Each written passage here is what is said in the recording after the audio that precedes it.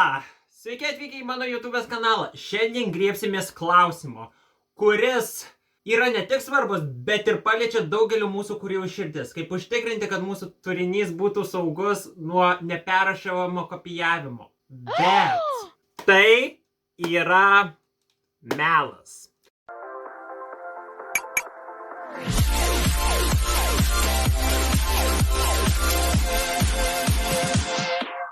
Kodėl? Todėl, nes juos galima į šitus įrenginius įrašyti bet kokią muziką, kokią tu nori. Kopijavimo apsauga yra, kaip tą pasakėte, šventas gralis daugumai turinio kūrėjų. Ir tai suprantama, juk mes norim užtikrinti, kad mūsų kūriniai būtų saugus ir autoriai būtų teisingai apsaugoti. Bent jau tai prašė Wikipedia. Bet jeigu jūsų noras tiesiog nukopijuoti muzikos CD, aš nesu nei toj pusėje, bet esu čia, kad suteikčiau informaciją. CD kopijavimas gali būti padarytas naudojant programas, kas yra svarbiausia. Ir šitie įrenginiai, nors kad ir turi va šitą G-Protection, ar ten visokių protectionų apsaugų, kur antiskipai, ar ten dar kažkas anas, melas. Kodėl? Nes tu gali lengvai įrašyti į muziką. Aš netgi galiu pademonstruoti ir aš per šį video pademonstruosiu, ką turiu omeny ir kaip jisai veikia. Kopijavimas gali būti padarytas per CD Burner XP Windows vartotojams arba Brasero Linux entuziastams. Ir geriausia dalis, jos tai nemokamos. Ir niekas nesijėmė jų padavinėti į teismus. Tačiau aš būsiu sąžiningas. Visi šie metodai, kuriuos aš parodysiu, yra skirti tik švietimui. Ir geriausia gerbti autorių teises ir skatinti kūrybingumą. Gerai, viskas, latga, nusiraminkit. Ir aš noriu pasižiūrėti, kodėl tai padaryta. Galime pradėti. Taigi, turiu šiam pavyzdžiui Sony Walkman CD. Ir aš jį įrašiau. Pirmas diskas, kuris parašytas Windows failų sistema, ir diskas 2, kuris parašytas CD Burner XP. Dabar ką aš pastebėjau, tai pirmas diskas. Kaip matote, nežinau, ar jūs matysite, yra va tokias, kaip vadinamas skrituliukas. Ką tai reiškia? Kad tai yra failais įrašyta ir jisai nedaug vietos užima. Bet šitas įrašytas minutėmis. Tai reiškia, kad visas diskas yra pilnas. Taip, tai dabar jūs leisit man pademonstruoti, kaip piratavimo sistema veikia.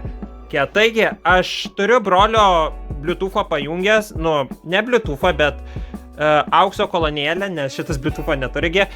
Aš parodysiu pirmąjį diską. Tai va, pradedam. Taigi, pirmas diskas eina. Taigi, aš jį įkišu ir paspaudžiu play. Dabar ties, kaip matote, kraunasi. Krauna.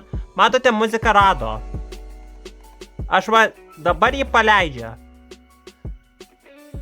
Va, matote, muzika eina muzika, bet problema yra tame. Niekas neina. Jūs sakysit, kolonėlį įsikrovus, bei tu čia sukčiauji. Gerai, aš parodysiu kitą dalyką. Diskas numeris 2. Ir dabar va tiesiogiai. Įrašyta ta pati muzika.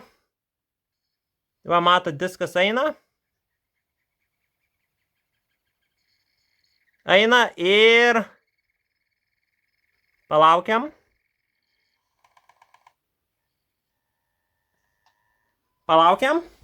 Dabar nieko neliesiu. Ir jo, ten parhobas.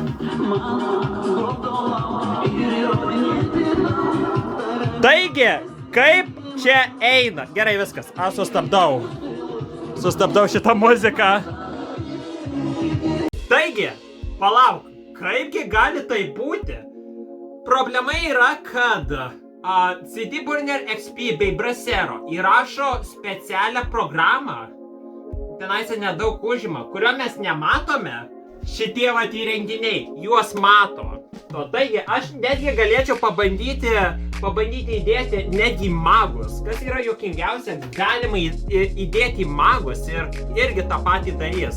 Aš esu pastebėjęs, kad Windows Media Player ant senesnių operacinių sistemų irgi tą patį daro, dažniausiai nepaleidžia muzikos. Daug kas daro šitokius dalykus. Ir Walkmanai, ir leistuvai, bei Magai. Ir esu pastebėjęs, bet aš nežinau, ar tai yra įmanoma, Windows XP galima irgi įrašyti muzikinius diskus. Kas be būtų keista, tai jau yra dingę. Netgi Windows Media Player yra dingęs.